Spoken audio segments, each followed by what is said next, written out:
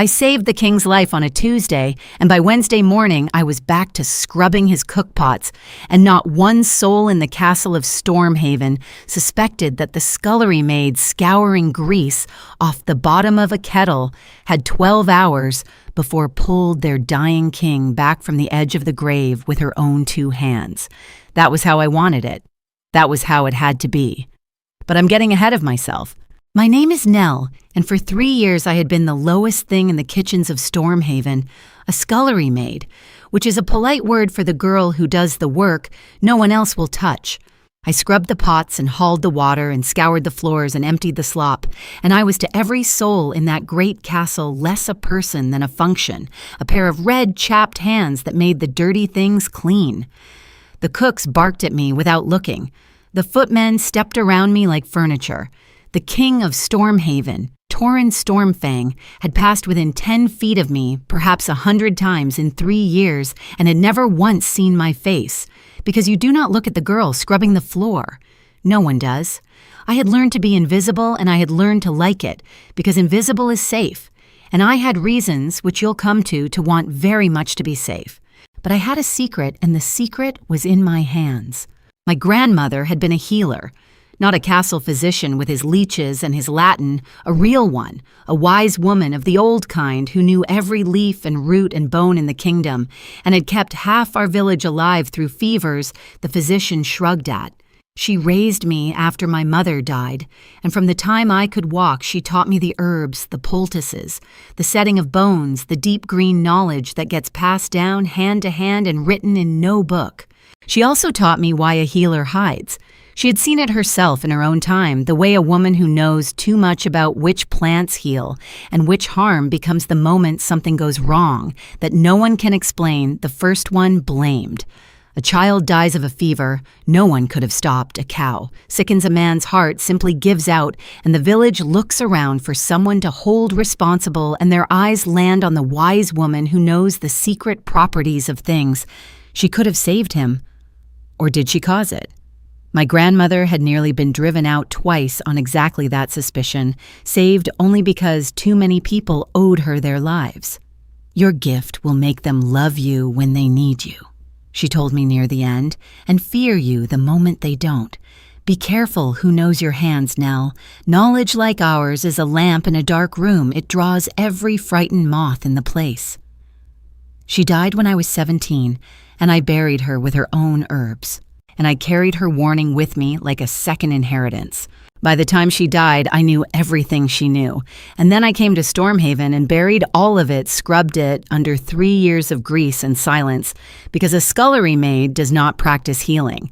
A scullery maid who is caught knowing too much about which plants stop a heart and which start, it is not called a healer. She's called other things. Witch, poisoner. Things that get a nobody hanged. So I kept my hands to the pots and my knowledge to myself, and I told no one what I was. Until the Tuesday the king was poisoned.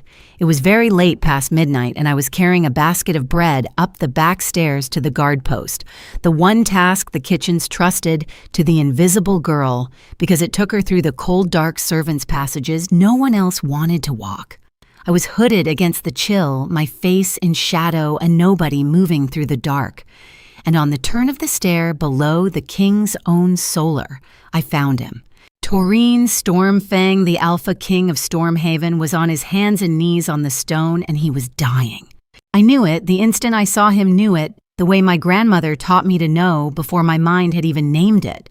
The gray of his skin, the foam at his lips, the way his great body convulsed his eyes, rolling his hands, clawing at his own throat. Poison, not a clumsy one either, something subtle and deadly that had been working in him for an hour while he sat alone in his solar until it dropped him here on the stairs, where by every design no one would find him until it was far too late. He had perhaps minutes. He could not call out. His guards were a floor away and might as well have been on the moon. I did not think. 3 years of careful invisibility, of keeping my hands to the pots, of being no one. It all fell away in an instant because my grandmother had not raised me to walk past a dying man. I dropped the bread. I went to my knees beside the king of Stormhaven, and my hands, which had not done real work in 3 years, remembered everything. I will not bore you with the craft of it, but I will tell you it was the hardest hour of my life. I knew the poison knew it from the smell and the foam and the way it seized him, a thing called wolfsbane and nightshade in a particular cruel combination, and I knew its counter because my grandmother had taught me poisons precisely so I would know their cures. I had the makings in the little pouch I always carried at my belt, her pouch worn soft, embroidered by her own hand with a sprig of yarrow, the one thing of hers I had left my whole inheritance. There was a moment early when I nearly lost him. His heart stuttered and stopped under my hands, and the world narrowed to the great still chest under my palms and my grandmother's voice in my memory telling me what to do. And I did it. I struck him over the heart the way she'd taught me, and breathed my own breath into him and pulled him back from a death he'd already half entered. I have never been so afraid. Not for myself. For him. This stranger, this king, this enormous dying man whose life had somehow become, in the space of minutes, the only thing in the world that mattered to me. I did not understand that yet. I thought it was only a healer's instinct, the refusal to lose a patient. I know better now. I forced charcoal and the bitter counter-herb down his throat. I worked his great body, kept him breathing, kept his heart from stopping again, talked to him low and steady, the way you talk to the dying to keep them tethered. Stay, stay. You don't get to die on these stairs. Breathe for me, breathe. And somewhere in that hour, against all the odds, the poison broke.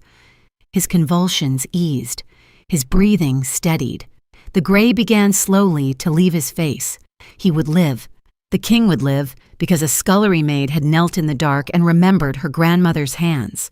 And it was just as his eyes began to flutter open, just as he began to come back to himself, to be able to see that two things happened that changed the whole course of my life. The first was that I heard footsteps above on the solar landing and looked up and saw a figure standing there in the shadows, watching. A man I knew every soul in the castle knew him, Lord Halric, the king's own chancellor, his most trusted advisor, the cold, clever man who had stood at Torrin's right hand for a decade. He was watching the king not die, and the look on his face in the half-second before he melted back into the dark was not relief, it was fury, the pure, cold fury of a man whose careful murder had just failed. He did not rush down to help. He did not cry out for the guards. He stood in the shadow and watched a hooded nobody undo his work, and then he vanished. And in that vanishing, I read the whole truth of it, complete and undeniable. Lord Halric had poisoned the king. The most trusted man in Stormhaven had tried to kill his master, had crept up to watch him die alone on the stairs where no one would find him in time, and had instead watched a faceless servant pull him back from death. And he had melted away rather than be seen, which meant he did not want it known that he'd been there, which meant he was guilty, which meant the kingdom's beloved Chancellor was a murderer and I was the only living soul who knew it. And the second thing was that the king's eyes opened, and he saw me, saw a hooded figure bent over him, my face in shadow, my grandmother's pouch in my hands, and he rasped in a voice wrecked by poison and wonder, Who are you?" I ran. I ran because a nobody found bent over the king's poisoned body would be the first one blamed. I ran because Lord Halric had seen me save the man he'd tried to kill, and a chancellor who would poison a king would not hesitate to silence a witness. I ran because I was a scullery maid, and the truth the girl who scrubs your pots, am also a healer, and your most trusted lord just tried to murder you was a thing no one would believe, and that would get me killed twice over. I pulled my hood tight and I fled down the dark servants' stairs, and in my terror I did not notice, would not realize until hours later, that I had left something behind on those stairs. My grandmother's pouch, the embroidered yarrow, my whole inheritance dropped in the dark beside a king I'd saved. By the time I crept back to look, the stairs were full of guards, and the king was being carried to his bed alive, and the pouch was gone. I was back at the cookpots by dawn, invisible, silent. The scullery maid who had saved the king's life and could never, ever tell a soul. The king recovered, and when he was strong enough to give orders, the first order he gave was to find me. Not me. Of course, he didn't know it was me. He gave the order to find the masked healer. Within a week, the whole kingdom knew the story, told and retold until it grew into legend, how the Alpha King had been struck down by a coward's poison, and how a mysterious hooded healer had appeared from nowhere in the dark, pulled him back from death with miraculous skill, and vanished before he could see her face or learn her name, leaving behind only a single clue: a worn healer's pouch embroidered with a sprig of yarrow. The king wanted that healer found. He issued a proclamation. He offered a reward that made the whole kingdom gasp gold land, a place at court, anything she desired, to the healer who would come forward and be known. And he held up as proof the one thing she'd left behind, my grandmother's pouch, which he now carried, they said, everywhere he went. I heard it all from the kitchens where the gossip ran like water, and every word of it turned my blood to ice, because I could not come forward. I want you to understand how completely impossible it was, so you don't spend this whole story wondering why the foolish girl didn't just claim her reward. I couldn't come forward because of Lord Halric. He was still there. That was the horror of it, the thing that sat in my chest like a stone every single day. The man who had poisoned the king was still the king's chancellor, still at his right hand, still trusted completely because the only witness to his crime was a scullery maid, too terrified and too powerless to accuse him. I watched Lord Halric move through the castle every day, cold and smiling and patient, standing beside the very man he'd tried to murder. And I knew what no one else knew, and I could do nothing with it. If I came forward as the masked healer, I would have to explain what I'd seen. And the moment I named Lord Halric the king's beloved chancellor of 10 years, on the word of a scullery maid with no proof, one of two things would happen. Either I would not be believed and would be punished for slandering a great lord, or I would be believed just enough to be dangerous, and Halric, who had already murdered to reach the throne, would have me silenced before I drew another breath. Coming forward did not mean a reward. Coming forward meant death, one way or the other. The safest place in the world for the only witness to Lord Halric's treason was exactly where I was invisible, at the bottom of the kitchens, a nobody he need never think about. So I scrubbed my pots, and I watched the king search the kingdom for a woman who was carrying his bread to his table, and I said nothing. The impostors came, of course. The reward was too great. Women appeared at the castle gates by the dozen, claiming to be the masked healer noblewomen and charlatans, and desperate poor souls each, with a story each hoping to be believed. The king saw them all, I heard, and he had a simple test. He would show them a wound, or describe the poison, or ask them a question only a true healer could answer, and one by one they failed because they were not healers, and he sent them away. He was looking for someone real.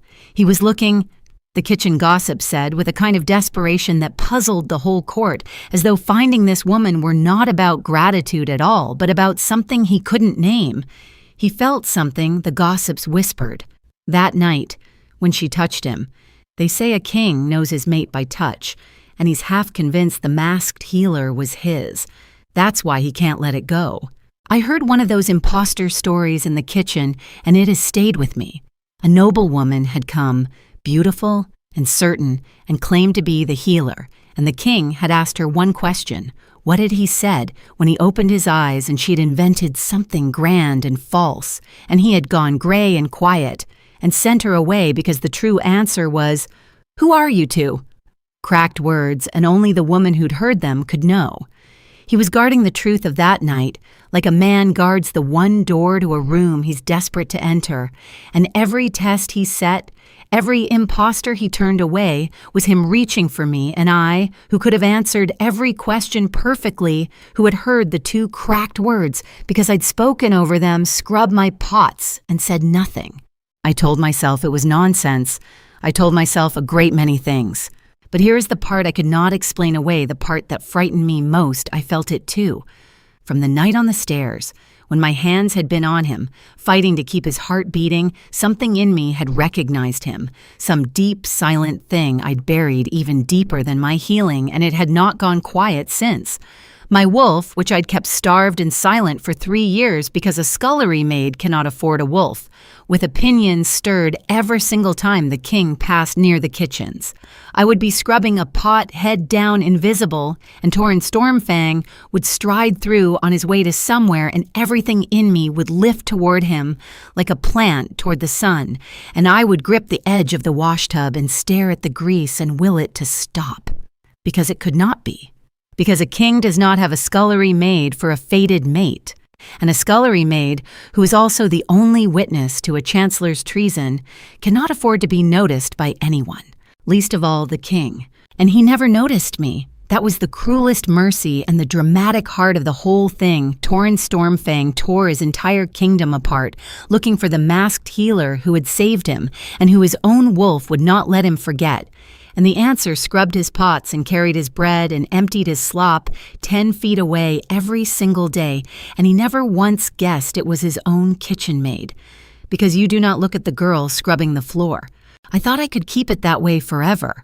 I was wrong because Lord Halric was not finished with the king, and the second time he moved, I could not make myself stay invisible. He tried again 3 weeks later, and this time I was in the room. It was a feast. A great one. The court gathered in the hall, and I had been sent up with the underservants to carry platters and extra pair of invisible hands for a busy night. I should have been safe in the crowd of servants, head down unseen, and I would have been if I had not been watching Lord Halric. I always watched Halric now. I couldn't help it. Knowing what I knew, I tracked him through every room the way you track a snake you can see but cannot kill. And so I was watching that night when he did a small thing that no one else in that hall would have noticed, a thing only a healer trained in poisons would have caught. I saw him pass his hand over the king's wine cup as he leaned in to murmur something. I saw the tiny, deft movement. The thing dropped the powder, dissolving. I saw the king lift the cup toward his lips. And 3 years of careful invisibility lost to me for the second time, because my grandmother had not raised me to watch a man drink poison and do nothing. I moved before I could think it through. I crossed that hall, a scullery maid, where she had no business being toward the high table, and I did the only thing I could do in the half second I had. I stumbled. I let a platter tip send a cascade of food and a goblet of sauce across the high table and into the king's lap, and over his poisoned cup, a clumsy disaster, a scullery maid's catastrophe, knocking the cup from his hand to shatter on the floor, its poisoned wine soaking harmlessly into the rushes. "Clumsy fool!" the steward roared, and hands grabbed me and I babbled apologies, head down the picture of a terrified servant who disgraced herself. And I caught in that chaos the look on Lord Halric's face, white, furious, and suspicious, because a man does not poison a cup and watch it spill by accident twice and fail to wonder. The king would live again because of me. Again. And I would have escaped clean, just another clumsy servant hauled off in disgrace, except that the king held up his hand and stopped them. "Wait," Torrin Stormfang said. The hall went quiet, and the king looked at me, really looked for the first time in 3 years. The scullery maid frozen in the grip of his steward, and something moved behind his eyes. I felt it like a hand closing around my heart. He was looking at me with the dawning, half-formed attention of a man who has just felt something he cannot place. Because his wolf had stirred too when I came near. Because some part of him had caught what my scent under the kitchen grease. The way I'd moved. A healer's instinct in a clumsy maid's stumble. Some thread, some echo of a night on the stairs, and he was staring at me, trying to follow it. "Do I know you?" he said slowly. His gray eyes searched my face. There's something," he frowned, reaching for it, and I stood frozen in his steward's grip with my whole life balanced on a knife's edge. Because he was so close, he was right there. The king who'd torn his kingdom apart searching for me was looking directly at my face and just beginning to wonder. I felt his wolf reach toward me across that high table, felt the bond pull taut between us, bright and undeniable. And I knew he felt it too, because his frown deepened and his nostrils flared, catching something, almost placing it. For one suspended heartbeat, I was certain he had me. I could see the thought forming behind his eyes, the masked healer, the touch in the dark, the soul my wolf knows, and this. His gaze dropped to my hands, my red chapped healer's hands, the hands that had been on his chest in the dark, and I saw the smallest flicker, the beginning of recognition, the thread pulled almost all the way through. And then he didn't get there. Because it was impossible, you see.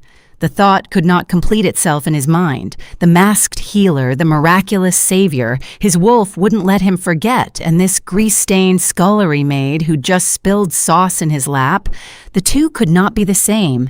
His mind would not let them be the same. The gulf between the legend he was searching for and the nobody in front of him was simply too wide for the thought to cross.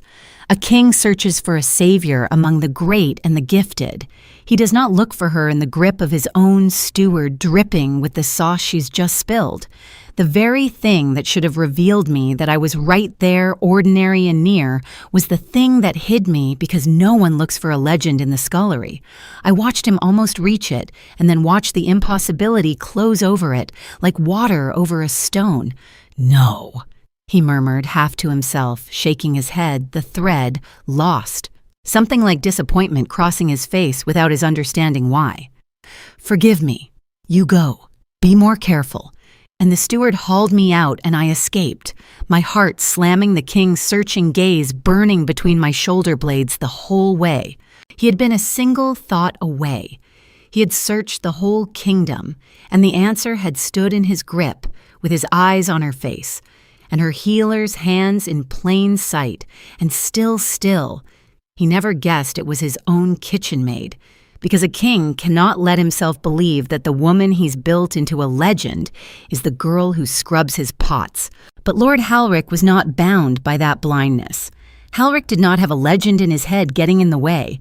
Halric had simply watched a clumsy scullery maid foil 2 poisonings in 3 weeks, and Halric was a clever man, and that night as I fled back to the kitchens with my hands shaking, I understood the new and terrible truth of my situation. The king would never guess what I was, but the Chancellor had just begun to. The witness he'd never been able to find was right under his roof, and now he knew it. Lord Halric began to hunt me the very next morning, and he hunted the way clever, cruel men hunt quietly, patiently, from the shadows, so that no one would see the Chancellor of Stormhaven taking an interest in the kitchen staff. I felt it close around me a little more each day. Questions asked of the cooks by Halric's people. Who was that clumsy girl? Where had she come from? How long had she been here? What did she know? A new under-steward appointed to oversee the kitchens, who watched the servants with cold, attentive eyes, the slow, methodical narrowing of a net, and I, the fish in the middle of it, knowing exactly what it was and unable to say a word. Halric did not yet know it was me.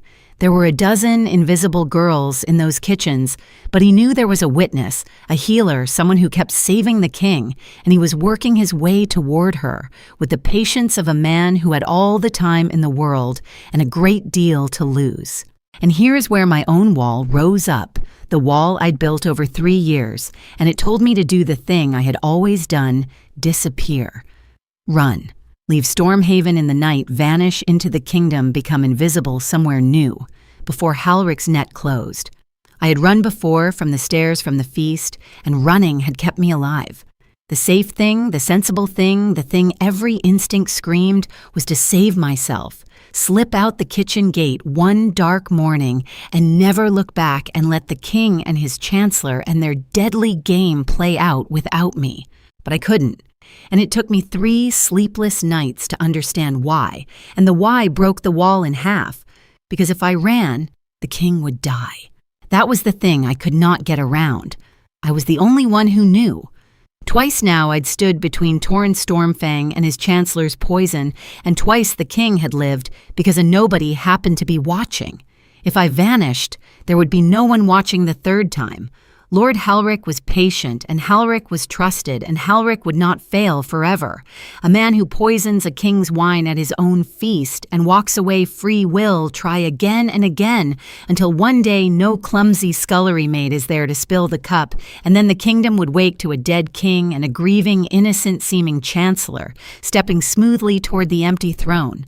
To save myself by running was to leave the man I'd twice pulled from death, the man my starved, silent wolf would not stop reaching toward, to be murdered by the snake at his side.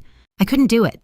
Whatever I was, a nobody, a coward, a girl who'd spent 3 years learning to disappear, I was not a girl who could run into the dark knowing it left Torn Stormfang to die.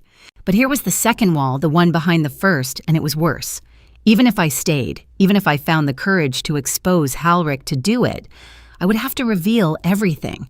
That I was the masked healer, that I'd seen the Chancellor on the stairs, that the scullery maid was the legend the king had torn his kingdom apart to find. And who would believe it? I had no proof but my own word, the word of a nobody, against the most trusted man in the realm. And even if the king believed the treason, even if my witness brought Halric down there, was the other thing, the thing that ached worse than the danger the king had spent weeks falling in love with an idea. A mysterious, miraculous masked healer. A legend. And the reality was a grease-stained girl who scrubbed his pots. I had built the whole of my fear around that gap.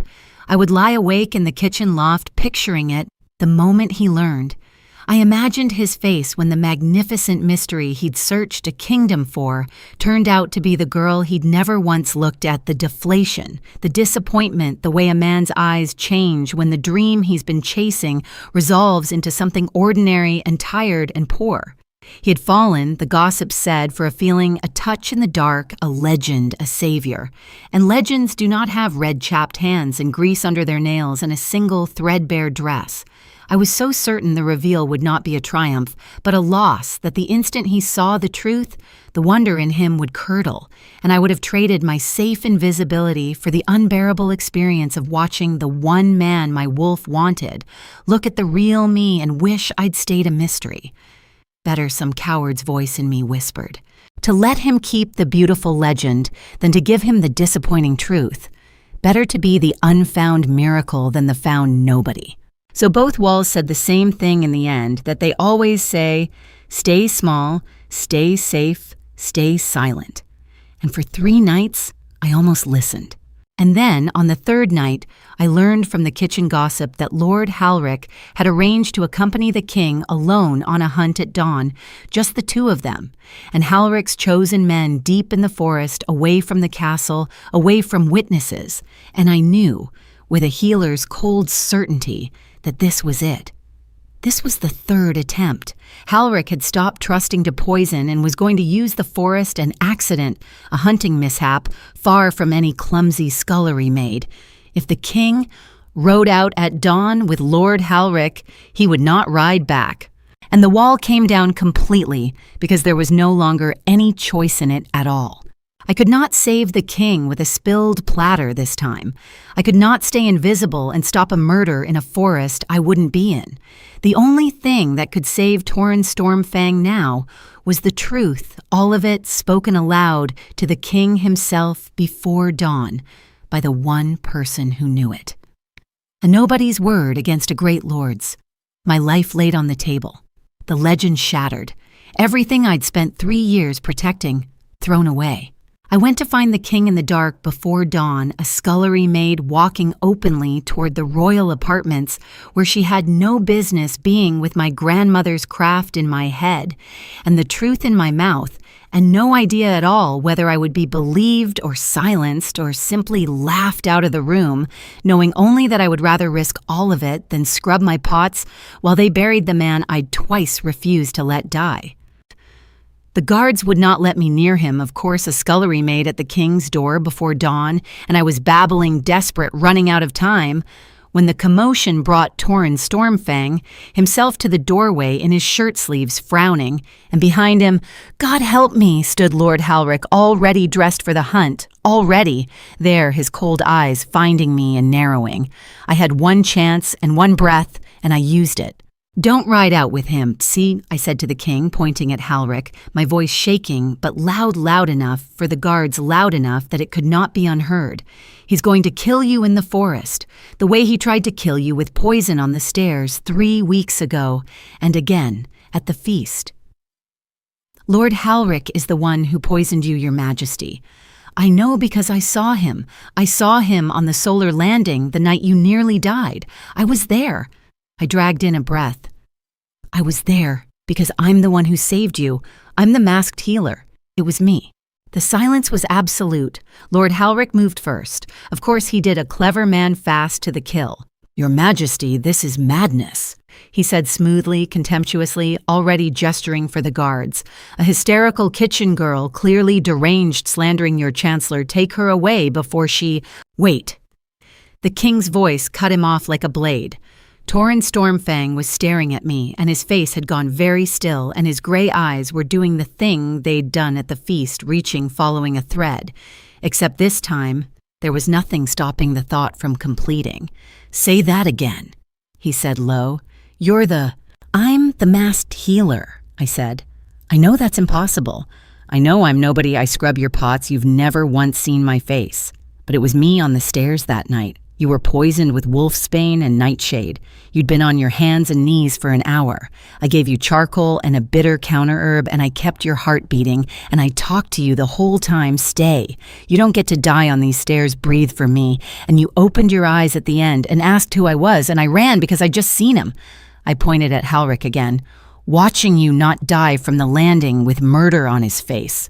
I ran because I'm a nobody and he's a chancellor and no one would believe me. And I dropped something when I ran. My voice broke. I dropped my grandmother's healing pouch, the one embroidered with yarrow, the one you've been carrying ever since searching for whoever it belongs to. It's mine, Your Majesty. It was always mine. It was hers, and then it was mine, and I left it on your stairs the night I saved your life. I watched it land. I watched Torrin Stormfang's face change as every piece slammed into place. The words only the true healer could know the poison. No imposter had named.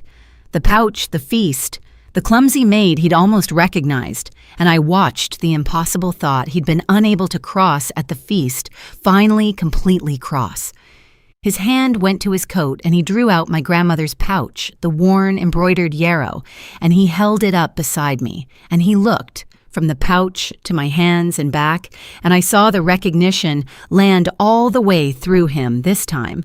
No impossibility left to stop it. He turned the pouch over in his fingers, the yarrow. My grandmother had stitched by firelight, the thing he'd carried everywhere for weeks as the only trace of the woman who'd saved him, and his hand was not quite steady. "It was you," he breathed, "all this time. I tore the kingdom apart. I tested 100 women.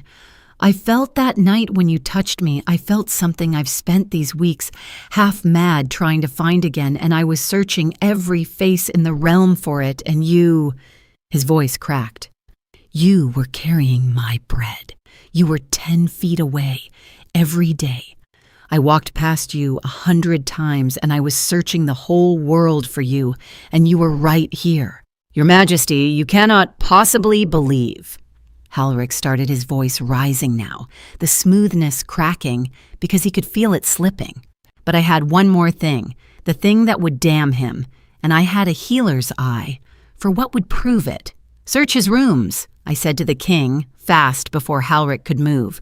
"For wolfsbane and nightshade ground and combined, it's not a common poison. It takes a particular preparation, and a man doesn't poison a king twice without keeping his supply close.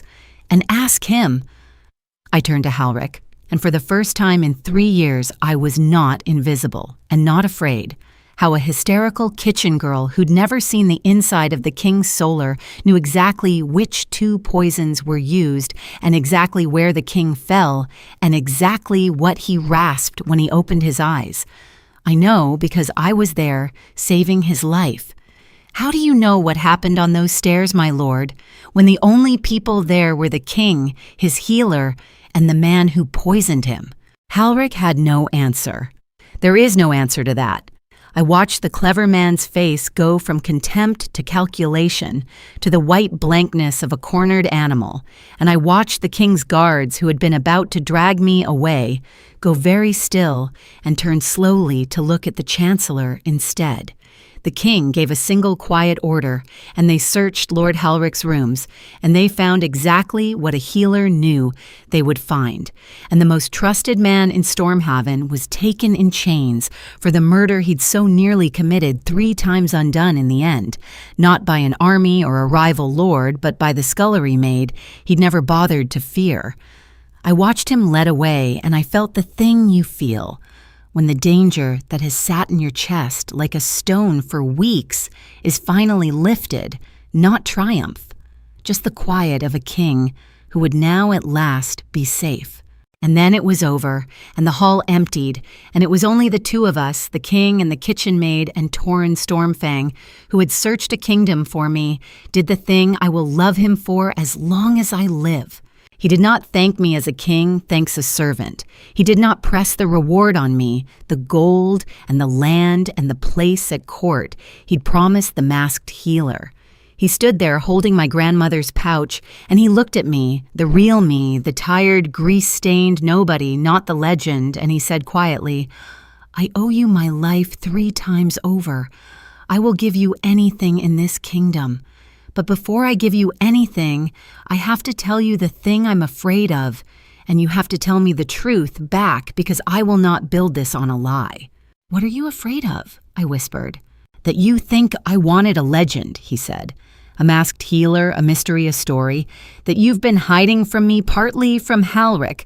I understand that now, but partly from me because you thought the king who tore his kingdom apart was searching for some magical savior. And that when he found a kitchen maid, he'd be disappointed."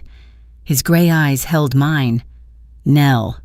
That's your name. I asked your name just now, finally, 3 years too late. Nell. I was never searching for a legend.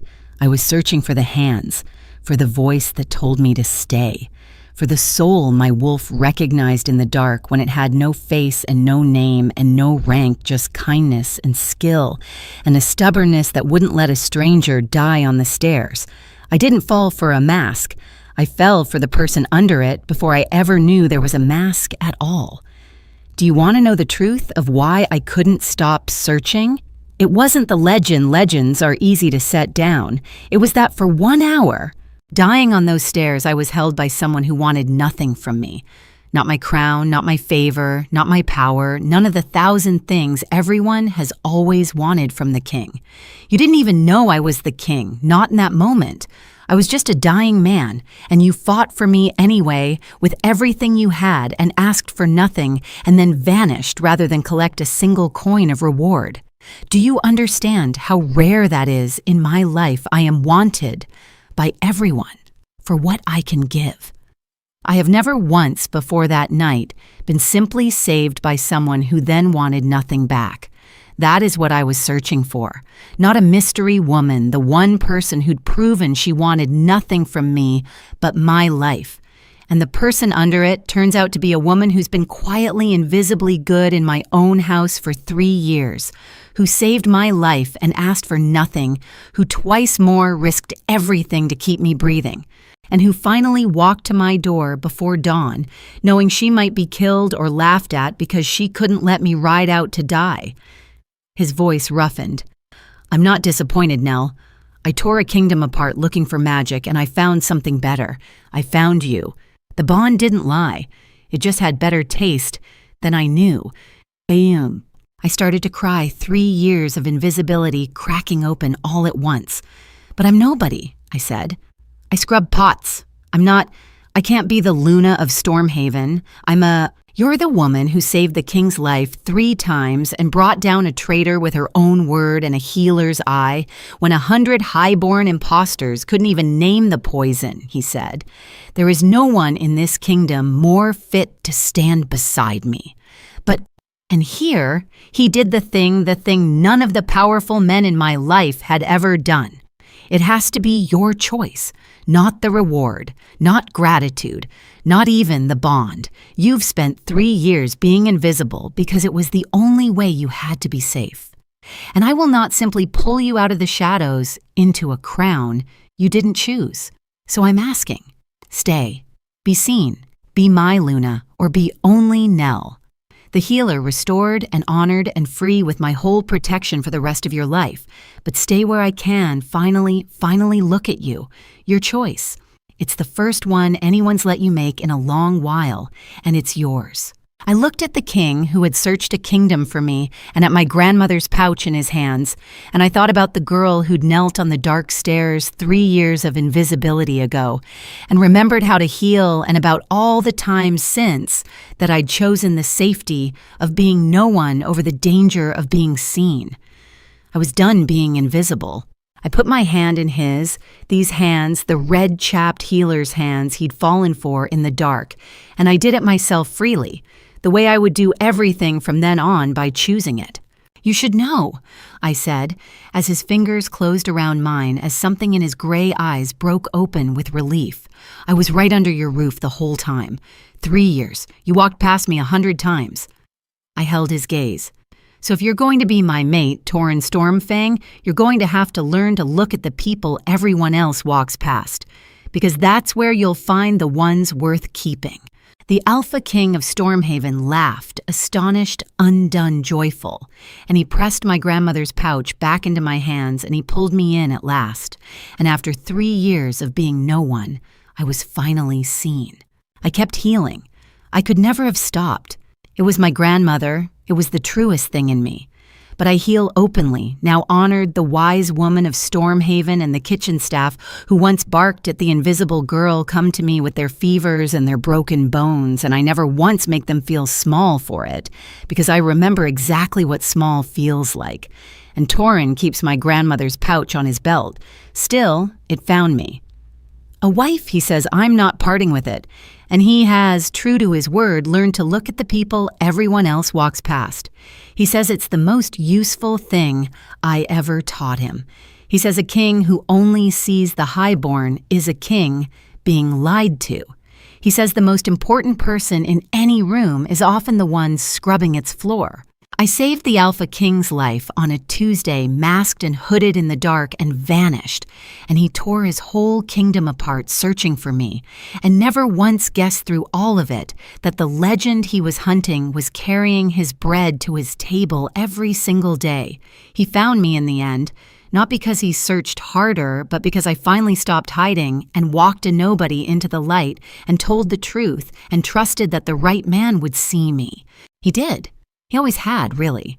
He just hadn't known yet that the woman his wolf loved in the dark and the girl he'd never bothered to look at were and had always been the same.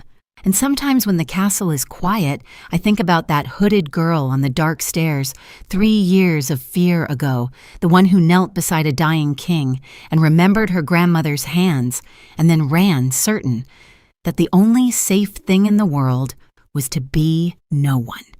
I'd tell her she was half right. The hiding did keep her alive long enough to matter, but it was never going to be the thing that gave her a life. That took the other thing, the harder thing, the night she finally chose to be seen. My grandmother told me my gift would make them fear me the moment they didn't need me. She was right about a great many things, but she was wrong about that in the end, because the man who needed me did not fear what I was when he learned it. He honored it. The lamp drew one moth out of the dark who wasn't frightened of the light at all. I only had to stop hiding the lamp long enough for him to find it.